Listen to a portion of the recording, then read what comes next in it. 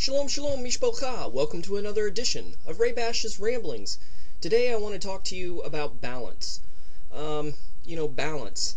It's something that we see all the time, from circus high wire acts, to where somebody's balancing on a cable, to when somebody's pulled over for drinking and driving and they're told to walk the line. And there's many applications, many examples of balance. The old-fashioned way of the scales, weighing out money as opposed to goods and having equal amount and things of that nature. But one of the keys to success and happiness and stability in life is balance. And especially for people like me who have a melancholy, A-type personality with a touch of choleric, it makes it hard to achieve and maintain balance because moment by moment sometimes you have to continue to tweak the balance in your life. Let me give you a good example. March and April are just horrendous for me. It's the most busiest months that I've had in a long, long time, where something is going on almost every day and almost every weekend, and it's really hard to find any time to really recoup and rest. And my schedule gets thrown out of whack, and therefore my life is out of balance.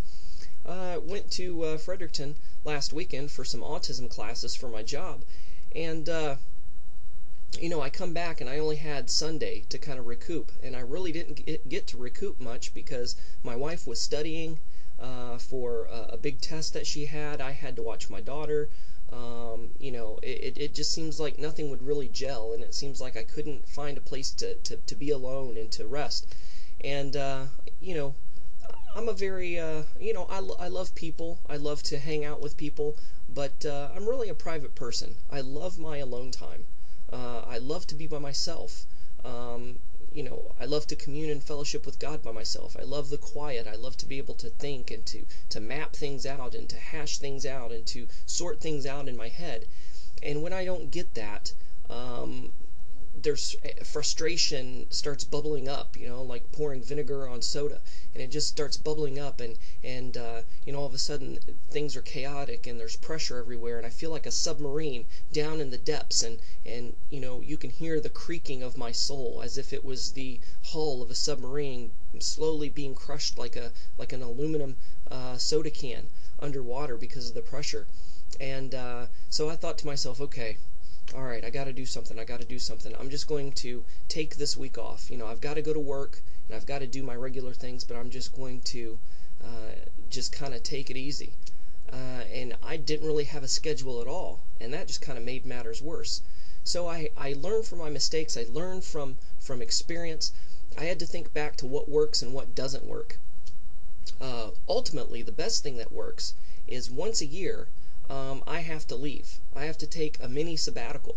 I usually leave for about 4 days to a week, go off in the woods somewhere in some cabin or camp or a trailer, and I sleep as long as I want. I pray, I fast, I study the Torah, and I write letters to people. I praise and worship, and I get things worked out within that week, and I have that retreat, I have that rest, I have that recuperation that I need to basically carry me throughout the year. And I haven't been able to do that the last 2 years because of our situation where we've moved up here to Canada. So, back to the weekend in question. I spent the whole week. I didn't really pray as I should. I didn't really study the Torah as I should. I tried to get alone as much as I can, but phone calls and knocking on door, the knock on the door, people calling my name, my daughter needing me, and all people always wanting my attention, having to answer emails and things like that. So it really didn't work, and it really made matters worse. And so the delicate balance for me is, if I cannot have that yearly retreat, then I need to just forge ahead and carry on and to push on until respite comes.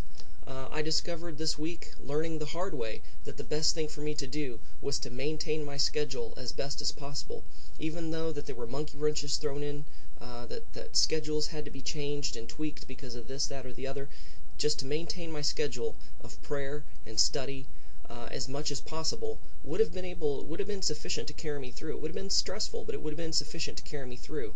Now, the juxtaposed position of that is being so rigid in your schedule that when the unexpected pops up or a monkey wrench is thrown into your schedule, things go all out of whack and you fall all apart, and it really bugs you because I can't keep to my schedule. I got to do this at this time, this at that time, and it's not going to work. So I just might as well just stop and quit. That's not the way to be. Maintaining a schedule while at the same time maintaining a level of flexibility, so when that monkey wrenches get thrown into the cogs, you are able to go with the flow and to smoothly ride through those mini storms until you can get back to your schedule and to maintain the schedule as best as possible. So that's just kind of been my week, and I thought I'd share it with you. Just keep me in your prayers, because these next 2 months are going to be very, very hard. I have many demands as far as being a husband, a father, a rabbi, and an autistic social worker. And these next 2 months are going to be pretty hairy for me. So I really appreciate your prayers, and I pray for all of my subscribers, all of my online friends. I pray for you daily, and I just pray that you would be blessed, and I pray that you would be able to find that balance in your life, so that when you're in the thick of battle and there's no option of retreat, that you'll be able to keep fighting until the cavalry comes, until the respite comes, until that trumpet of retreat comes to where you can retreat, recoup, and then come back and fight another day. But until then, keep hanging on. Don't give up, no matter what the pressure may be, because it's so tempting just to give up and to give in, but we can't afford it. Yahweh has not brought us this far to turn his back on us. He has not brought us this far to allow us to fail. If we fail and if we quit, it's nobody's fault but our own, because all of our things that we need for success is in the Torah. It's in Messiah Yeshua. It's in the Ruach HaKodesh. It's in the sacrifice of praise. We have all the weapons at our disposal. We have all the therapy tools at our disposal. We have everything that we need. We just need to learn to utilize them in the correct way, and we need to learn how to maintain balance in our everyday life and walk. So hopefully that this spoke to you. I don't know, maybe I was just preaching to myself. I don't know, but hopefully it ministered to you in some way. So God bless. Shalom and Shavua Tov Mishpocha.